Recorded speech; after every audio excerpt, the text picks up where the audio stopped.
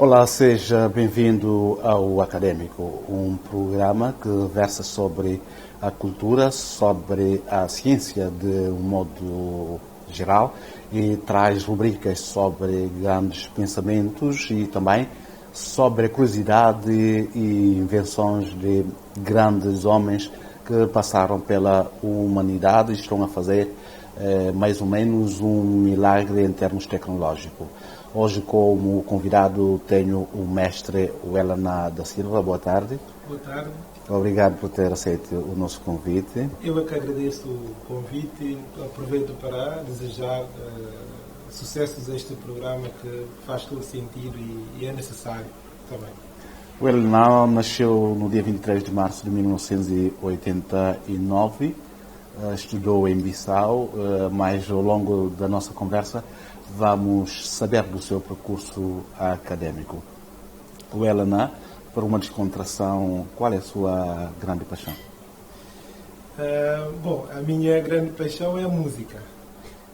Nunca quis ser músico, mas aprecio bastante a música, gosto de cantar, gosto de escrever as músicas e espero que um dia vou tentar gravar uma música. Gosto muito da música, a música é a minha paixão, consigo ficar feliz ouvindo músicas que eu gosto e, portanto, a música é a minha grande paixão. Wellana, ao longo do seu percurso académico, onde é que começou a estudar? Aqui em Bissau? Em que escola? Eu sou filho de professores, a minha mãe é professora do ensino básico e secundário, o meu pai igualmente. Como é que se chama? Augusto da Silva e Maria Inês da Silva. O meu pai fez Chicoté, a minha mãe 17 de fevereiro. Desde pequenino em casa, aos 4 anos de idade, não fui ao jardim, mas aos 4 anos de idade já começava em casa a minha mãe a escrever, a cidade, a saber os números. E aos 5 anos de idade comecei primeira classe, na escola 5 de julho. Aqui em Quais Portugal. momentos marcantes?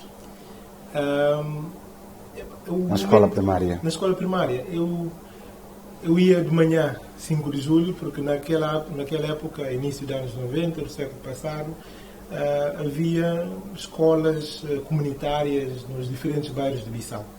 Eu, como era morador do bairro Bandim, estudava de manhã na escola 5 de julho e à tarde, às 2h30, eu tinha que ir à escola comunitária Campo Quinto para ir fazer TPC, trabalhos de casa, ir aprender mais. O nome é curioso, Campo Quinto, porque Campo Quinto, né? dava-se muita sura. Sim, de vez em quando, né? Tínhamos um professor, o professor Carlitos, que era um pai para toda a gente. Eu acho que isso era um modelo de escolas comunitárias na altura, funcionava porque os professores, principalmente o diretor na altura, o professor Carlitos, conhecia os pais de todos os alunos praticamente, ia à casa de praticamente todos os alunos e quando alguém faltava uma aula, ele ia à casa buscar a pessoa com os seus colegas. Significa que o professor Carlitos é um marco de professores na sua carreira durante a escola primária. Exatamente. E onde é que foi o liceu? Bom, muito rapidamente, deixando o ciclo. Sim, eu deixei o ciclo, já não me lembro bem meu ano, mas eu sei que terminei em 2007. Terminei o liceu em 2007, passei pelo Liceu João 23, estudei até o 9º ano, e depois, por causa das dificuldades económicas, fui concluir no Liceu Nacional Kwame Nkrumah. Concluí o 11º ano no Liceu Nacional Kwame Nkrumah, porque pronto, os meus pais não tinham condições de manter no Liceu João 23. Tive que concluir o 11º ano no Liceu Nacional Kwame Nkrumah. Nessas duas escolas, algum professor marcou a sua carreira no liceu? Tanto no João 23 como no Kwame Nkrumah? No Kwame Nkrumah. Sim, eu gostava muito das ciências sociais. Tinha um professor da História, já falecido, o nome dele é Júlio, fez História em Portugal. É um professor que me... O seu João 23? João 23, sim. É um professor que eu gostava muito das aulas dele. Ele falava abertamente com os alunos, explicava muito bem a matéria.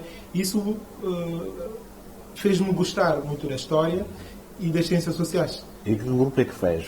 Eu fiz o quinto grupo, porque eu desde Neste cedo... caso também tiveste latim como disciplina. Exatamente. O latim. Foi com quem? Vicente Braia ou então Padre Guerreiro? Não, eu depois fiz o latim 11º ano no Liceu Kwame Nkrumah com o Vasco.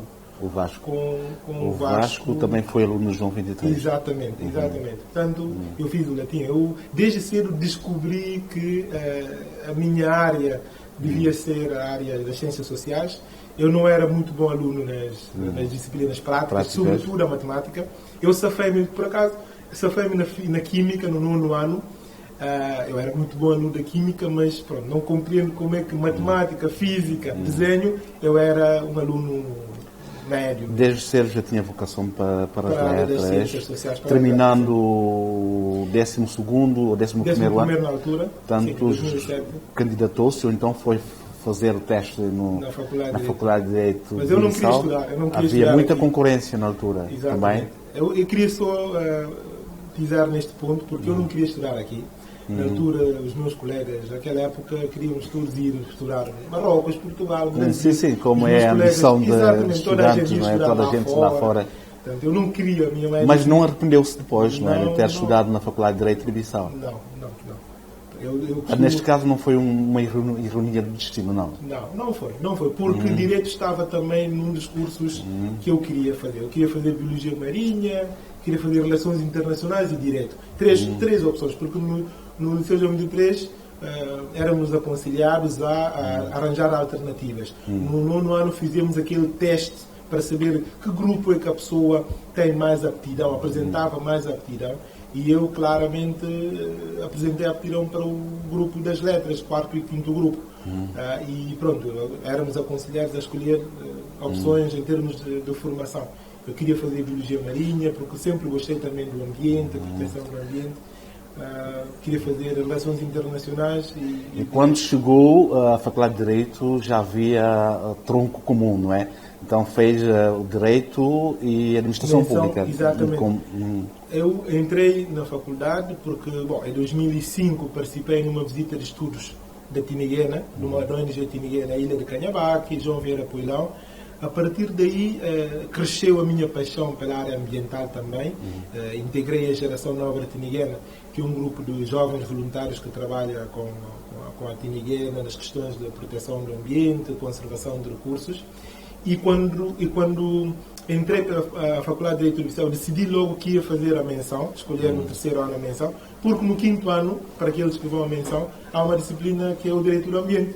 Por isso, eu não hesitei em escolher o tronco comum, a menção em Administração Pública, onde tinha uma carreira de Direito do Ambiente.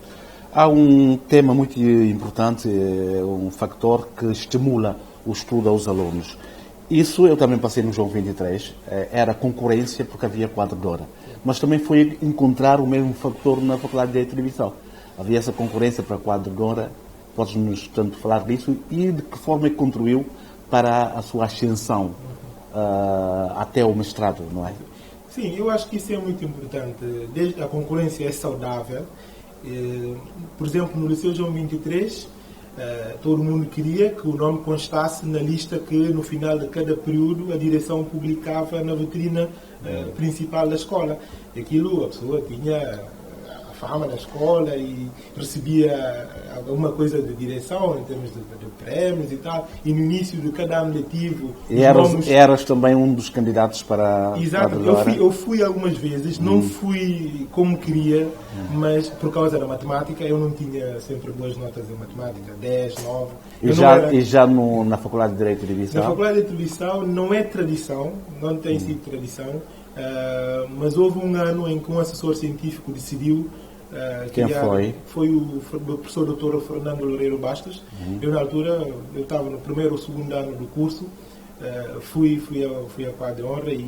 Mas na Faculdade de Direito de Bissau, para além do quadro de honra, que não é tradição, a questão é, os melhores alunos eram candidatos a serem docentes após o curso e conseguirem uma bolsa para prosseguir os seus estudos pós-graduados. E foi assim que aconteceu consigo? Exatamente, foi assim que aconteceu comigo. No final do curso, eu era um dos melhores da minha turma, fui admitido como docente assistente e alguns anos depois De que beneficiei. cadeira? Comecei com o Direito Penal. Direito Penal? Direito Penal 1. Depois fui para a cadeira que eu mais gosto, que é Direito do Urbanismo, Ordenamento do Território e do Ambiente. Mas passei por outras carreiras, como Introdução ao Estudo de Direito, e este ano estou a trabalhar na disciplina de Direito Administrativo, que é uma carreira que eu gosto muito. Mestrado, concluiu o mestrado em Portugal entre 2016 e 2019. De lá, qual foi a sua dissertação? A minha dissertação é sobre a avaliação de impacto ambiental na Guiné-Bissau. Fiz uma tese que tem como título A tutela preventiva do ambiente na Guiné-Bissau, contributo para a desconstrução teórica do seu regime jurídico. E aí nasceu um livro. Nasceu um livro porque a tese foi apreciada pelos júris e os júris recomendaram a sua publicação pelo interesse científico e prático do tema que é objeto da dissertação. E publicou o livro concretamente aqui no IBAB. Exatamente. Lembro-me disso. Aqui no IBAB foi no mês de setembro 2020. Fiz a publicação. É a publicação do seu primeiro livro, não é?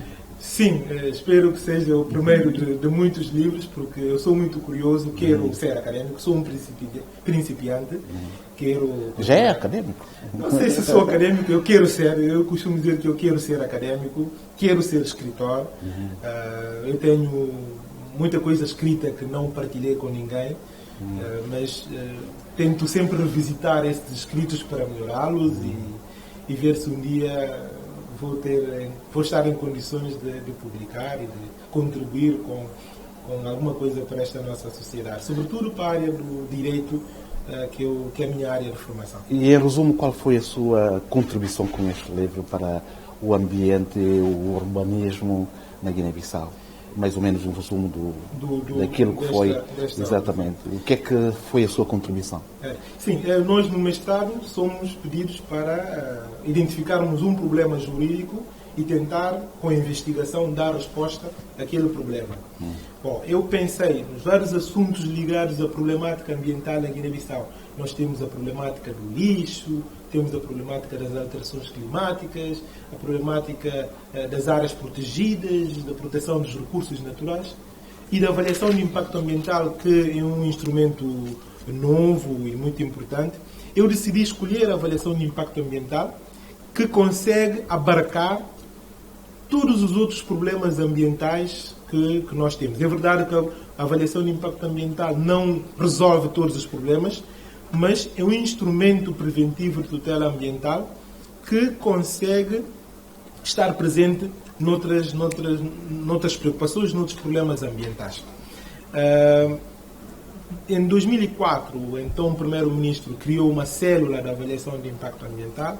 Em 2010, a Assembleia Nacional Popular aprovou a lei da avaliação ambiental, que diz que todos os projetos, ou planos, ou políticas que possam ter alguns impactos no ambiente devem ser submetidos, antes de serem licenciados ou autorizados, a um procedimento de avaliação de impacto ambiental. A avaliação de impacto ambiental é para verificar potenciais impactos ambientais e sociais que um determinado projeto pode ter no ambiente no momento da sua execução ou desativação. Temos um regime jurídico e a minha questão foi por que a avaliação de impacto ambiental, a lei, não tem sido respeitada na Guiné-Bissau, não tem sido implementada? Será que a lei em si tem alguns defeitos, tem alguns problemas? Porque a avaliação de impacto ambiental é um tema multidisciplinar, os engenheiros, os geólogos, né, os cientistas do ambiente também abordam este problema, mas nós, enquanto juristas, somos responsáveis pelo regime jurídico, pela lei. E o que eu fiz, basicamente, é tentar estudar a nossa lei, contribuir para que o regime jurídico da avaliação de impacto ambiental seja coerente com o direito nacional, com o direito internacional, com a realidade social, cultural e económica do país. Porque o que está em causa é o desenvolvimento sustentável. A Guiné-Bissau precisa de quase tudo. Nós precisamos explorar os recursos naturais, fosfato, recursos helióticos, minas, petróleo. Precisamos explorar esses recursos e colocar aquilo que vamos retirar da exploração para o desenvolvimento, né? O progresso econômico e social. E qual a sua contribuição relativamente ao impacto ambiental quando falamos do lixo, que até então não se transforma, esses resíduos, não é, não são transformados, ficam ainda como estão. E o grande problema ainda do país tem a ver com o lixo que continua como está, de forma natural. Sim, uma das contribuições desta dissertação é mostrar que é preciso planificar. O desenvolvimento deve ser planificado. Isto significa que a gestão do lixo também deve ser planificada. Nós não podemos estar a recolher só o lixo e ir depositar num vazadouro. E o vazadouro, antes de tomar a decisão de depositar o lixo num vazadouro, a lei recomenda a realização do estudo de impacto ambiental do espaço daquele vazadouro. Há condições técnicas que devem ser reunidas para que um determinado espaço territorial seja considerado como vazadouro. Há um espaço territorial novamente adquirido que é em Safim. Sim. Aí se faz agora a deposição do lixo. Será que se fez algum estudo ambiental relativamente à matéria? Porque começou a haver alguma contestação por parte da população. Exato. Como tem havido em Antula. Agora transportaram tanto o problema, não sei se é o problema, você sabe dizer ou não? Não, a questão, eu não sei responder a questão se foi feito o estudo ou não foi feito. A contribuição da minha dissertação é mostrar que é mostrar a importância da avaliação de impacto ambiental para a proteção do ambiente. A avaliação de impacto ambiental é um instrumento que promove o desenvolvimento sustentável, ou seja, aquele desenvolvimento que vai tomar em consideração aspectos ambientais, econômicos e sociais. Né? Antes da realização de qualquer atividade suscetível de ter sobre o ambiente impactos significativos, deve-se fazer um estudo de impacto ambiental. Esse estudo vai permitir à administração saber de antemão que efeitos essa atividade pode vir a ter no ambiente e, a partir daí, criar mecanismos para minimizar esses efeitos. Portanto, a avaliação de impacto ambiental, na linguagem jurídica, é um instrumento que atua ex ante, antes da ocorrência do dano. Portanto, nós queremos instalar em Safim um vazadouro. Vamos fazer um estudo de impacto ambiental para ver que efeitos é que lixos que vão passar a ser depositados naquele local vai ter no ambiente. Portanto, é um instrumento muito importante. A minha contribuição é mostrar a importância da avaliação de impacto ambiental, identificar as lacunas do nosso regime jurídico, contribuir com propostas de soluções para integrar aquelas lacunas, né, e contribuir com propostas para, de iure condendo, no direito a constituir, futuramente para revisão do regime jurídico, que medidas devem ser tomadas na lei, que medidas é que a lei deve prever. No fundo, a minha dissertação vai neste sentido de contribuir com conhecimento técnico-científico para melhorar o quadro jurídico ligado à avaliação de impacto ambiental. Por quê? Porque a Guiné-Bissau precisa de investimento estrangeiro. Um país que tem um regime jurídico de avaliação de impacto ambiental muito rígido, um regime que não toma em consideração... O nosso regime é rígido. É muito rígido. Isso não promove o Tem que ser mais maleável, não é? Não, eu não diria para ser mais maleável, mas deve ser coerente e realista. Né? Colocar todos os interesses na balança. Não colocar o interesse ambiental cegamente acima de outros interesses. Não pode ser. O desenvolvimento sustentável apela para o equilíbrio, para a ponderação dos diferentes interesses econômicos, sociais e culturais. Portanto, as leis ambientais, não só a lei da avaliação do impacto ambiental, as leis devem ter essa preocupação do desenvolvimento sustentável. Não colocar cegamente o interesse ambiental acima dos outros interesses. Da mesma forma, não colocar os interesses econômicos acima dos interesses ambientais. Há que haver um certo equilíbrio, uma certa ponderação dos diferentes interesses. E o meu estudo é um apelo à ponderação, é um apelo ao equilíbrio, é um apelo a sermos realistas, porque muitas vezes fazemos copy-paste das legislações estrangeiras que acabam por não corresponder àquilo que é a nossa realidade social, económica e cultural e jurídica. A sua dissertação baseou nessas realidades. Exatamente. Exatamente. Guiné-Bissau, 36.125 km², a Constituição que temos, né? As etnias que nós temos, a nova forma de agir do guineense, a necessidade económica do país, né? Tudo isso para sermos realistas, porque senão vamos aprovar leis como com o mesmo regime em comparação, por exemplo, com Portugal, mas são realidades totalmente diferentes. Alterações climáticas fazem parte também do impacto ambiental. Exatamente. E a mim espanta-me quando se diz que a Guiné-Bissau, para além de Bangladesh, é um dos países mais vulneráveis em termos de alterações climáticas. Exato. Qual é o comentário que se pode fazer à volta disso? Também é espantoso, acho que da sua parte também. Exatamente. Nós corremos sérios riscos de ver um dia a água inundar as principais cidades da Guiné-Bissau. Mas quais os fatores é que levam a pensar que, ou a dizer que realmente é um dos países mais vulneráveis para além de Bangladesh? Bom, eu não conheço esse estudo, até fiz a referência, fiz uma citação sobre esta matéria na minha dissertação, mas o que eu posso dizer é que as nossas autoridades precisam confirmar estas informações. Eu não digo que essas informações são falsas, mas as nossas autoridades precisam confirmar estas informações e, a partir daí, adotar medidas. Está provado cientificamente que as alterações climáticas têm causa natural, fatores naturais que provocam alterações do clima, mas há fatores humanos. A ação antrópica, a ação humana no ambiente, contribui decisivamente para as alterações climáticas. Tais como devastação das florestas, como o uso indevido dos recursos naturais e outros fatores. Por isso é que... E também, digamos, ocupação de zonas úmidas. Exatamente. Por isso é que há mecanismos para minimizar, né, os efeitos das alterações climáticas. Eu sei que o Ministério do Ambiente tem alguns projetos de mitigação e de adaptação, porque em relação às alterações climáticas, efeitos que as alterações climáticas produzem, é possível adotar dois mecanismos: adaptar-se às alterações ou trabalhar para minimizar os efeitos.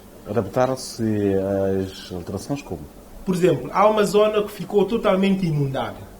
Temos que adaptar. Há uma zona na cidade de Varela que está completamente... Algumas tabancas... Jobel, por exemplo. Jobel, sim, estão... Temos que adaptar, temos que ser resilientes e saber como lidar com aquela situação nova que nós temos.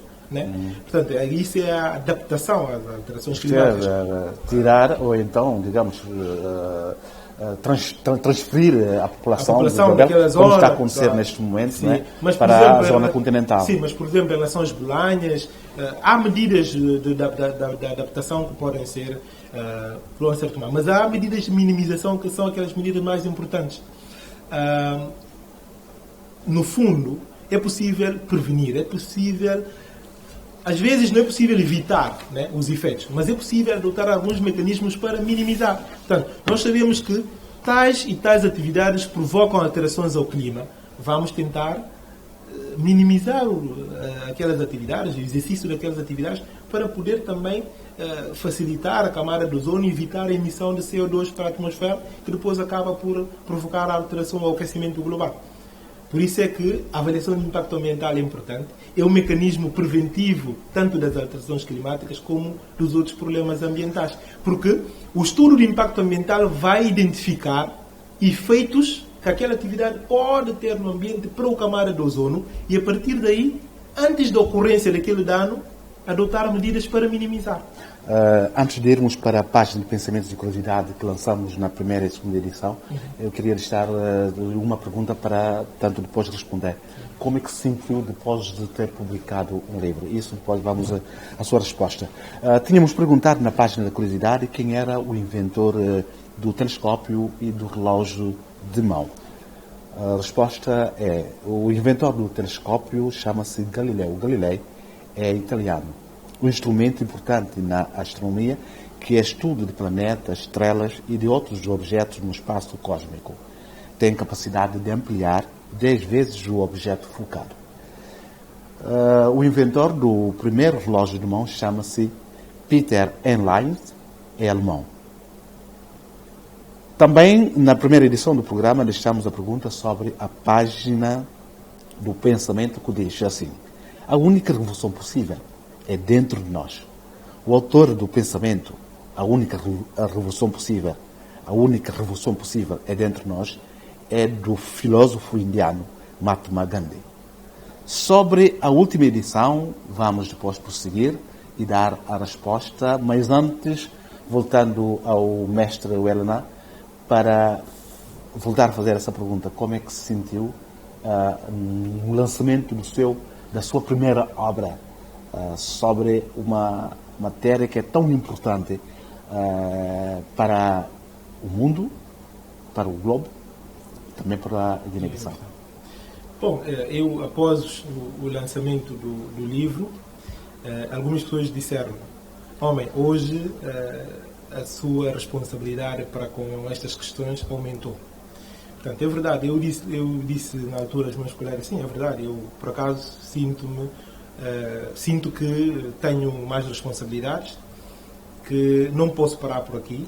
E é de lá que começou o convite para a consultoria, porque fez uma consultoria para a FAO, para a União Europeia Ativa. Sim. E também, acho que também para a CDO, sei lá. Sim. Eu já vinha fazendo algumas consultorias desde 2013, mas após a publicação do livro, é verdade que aquilo aumentou. Surgiu mais convites. Surgiu também mais Tininguena já passou lá como membro da geração nova de Tininguena. Exatamente. Sim, é verdade. E sinto que tenho que continuar, não posso parar por aqui. Trouxe mais responsabilidade. Exatamente, a sociedade espera muito de mim, a comunidade académica, sobretudo a comunidade jurídica, espera muito de mim e vê em mim um potencial, um jovem promissor neste domínio do saber científico que é o direito do ambiente. Eu abracei o direito do ambiente, não posso largar. E foi a razão do meu convite para estar aqui no programa académico. Exatamente, se calhar um dos efeitos do lançamento do livro. Exatamente, aquilo também. foi noticiado. Não só, também já tínhamos encontrado numa conferência que o senhor foi orador de um tema sobre o ambiente e isso despertou meu interesse pela sua exposição. E depois acabou por se consumar com o lançamento do livro. Eu quero continuar, espero ter condições subjetivas e objetivas para continuar com esse interesse académico e cívico que eu tenho de contribuir para a ciência jurídico-ambiental na Guiné-Bissau e no mundo. Porque eu acho que o mundo precisa, a Guiné-Bissau sobretudo, precisa de juristas, de técnicos, que vão compreender os problemas ambientais, sobretudo as questões jurídicas envolventes. Não só questões jurídicas, mas eu no ato do lançamento do livro eu disse que o país precisa de mais técnicos, engenheiros ambientais, geólogos, especialistas em alterações climáticas, especialistas em minas, em pedreiras. Portanto, precisamos. Não só... Eu aproveito esta oportunidade para lançar um apelo aos jovens. Curso de Direito, sim, mas vou fazer Direito e tentar especializar-se numa área que não tem muita gente, uma área que o país precisa daquela área, mas não tem muitas ofertas em termos de quadro, em termos de recursos humanos. Engenharia ambiental, oceano, fazer cursos para desligar um bocado de economia, contabilidade, Direito e Administração e Comunicação Social, mas todos esses cursos podem ser reorientados, podem ser direcionados para questões novas que hoje são importantes. Há quem diga também que tinhas alguma paixão para a comunicação social. Sim, eu durante vários anos fui produtor e apresentador do programa radiofónico da geração nova Tininguena Interjovens. O programa saía na rádio Bombolão e depois na rádio Sol Mansi. Eu queria e sinto que tenho aptidões para a comunicação social, escrever notícias, crónicas. Mas porquê é que não seguiu depois com essa... O direito depois acabei por gostar mais do direito. Também porque o direito estava na lista dos 3 cursos que eu queria fazer. Portanto, o curso principal que queria fazer era Biologia Marinha, Não consegui fazer a biologia marinha, mas hoje trabalho essencialmente nas questões do direito do mar, direito do ambiente. E com vários artigos publicados também, para além do livro que publicou, não é? Exatamente. Tenho alguns artigos, eu gosto de escrever, sou muito curioso, gosto de fazer questões. Eu lembro-me na faculdade, fazia muitas questões aos professores. Eu sou muito curioso, por isso essa minha curiosidade leva-me a escrever, a dissertar, a pôr em papel aquilo que eu penso. Faço uma questão: por que as coisas estão assim? Por que não podia ser assim? Tento ir ao encontro das respostas e acabo escrevendo um artigo, um estudo sobre a matéria. Como disse há bocado, para além dessa obra, ainda vê mais obras. Essa obra sua, a tutela preventiva do ambiente na Guiné-Bissau, contributo para a desconstrução teórica do seu regime jurídico. Para além dessa obra, ainda vê mais obras, não é? Espero que sim. Tenho interesse, tenho vontade e espero que sejam criadas as condições subjetivas e objetivas para que isso aconteça. Às vezes falta apoio. Por exemplo, se eu tivesse apoio, neste momento eu ia começar o doutoramento, mas não tenho como prosseguir os estudos. Mas para a publicação do livro, recebeu algum apoio da parte guineense? Não, recebi da parte do Estado, não. Da parte do Estado, não. Mas da parte da faculdade, não. Foi o meu tio no Brasil, o Dr. Orlando Cristiano da Silva, que apoiou para a publicação do livro. Queres mandar a lançar alguma mensagem para ele? Não, sim, eu falo com ele todos os dias, é a referência familiar. Já agradeceu? Sim, já fiz uma... Publicamente já? Sim, fiz uma dedicatória ao livro e é a minha referência académica no mundo académico da família. Portanto, eu quero continuar, mas um apelo ao Estado: é preciso incentivar os jovens a dedicarem-se pela academia, porque um país faz-se não só com bons políticos, mas com técnicos, com cientistas. O exemplo paradigmático disto é o momento que estamos a viver, que é de pandemia Covid-19. Basta olhar para Portugal, os políticos tomam decisões com base nas opiniões técnicas. Há uma reunião, por exemplo, em Portugal, a reunião da Infarmed, em que os técnicos vão lá, recomendam os políticos fazer uma coisa, e os políticos obedecem, porque senão correm o risco das suas decisões políticas não terem sustentabilidade científica e assim é complicado. Por isso é que devemos apostar na ciência neste país, porque a ciência pode servir de um instrumento, um fator impulsionador para o desenvolvimento do país. Eu fico triste ao ver o INEP como está, o Instituto de Pesquisa. O Estado prefere, às vezes, dar uma consultoria a uma outra instituição, uma outra empresa, em vez de alocar os fundos para sustentar uma instituição como o INEP. Eu acho que devemos repensar a investigação científica na Guiné-Bissau. Muito bem, mestre Welaná. Antes do intervalo, ainda quero responder a pergunta da última edição, que tive o prazer de estar aqui na mesma sala com o engenheiro Constantino Correia, que é o engenheiro muito versado em matéria de floresta. É assim, de quem é o pensamento? Grandes coisas são obtidas à custa de grandes perigos. O pensamento é de Heródoto. Quem é o Quem é o Heródoto? É considerado o pai da história por ter sido primeiro a tentar um estudo ordenado e objetivo das interrelações entre os eventos históricos. Escreveu a história da invasão pérsia da Grécia. Agora vamos dar um tempo para um curto intervalo, depois vamos voltar para a segunda parte desta nossa edição sobre o académico, o programa académico, com o qual estamos a conversar com o mestre Welaná. A seguir vamos ter uma pequena homenagem ao falecido professor Dr. Leopoldo Amado. Até já.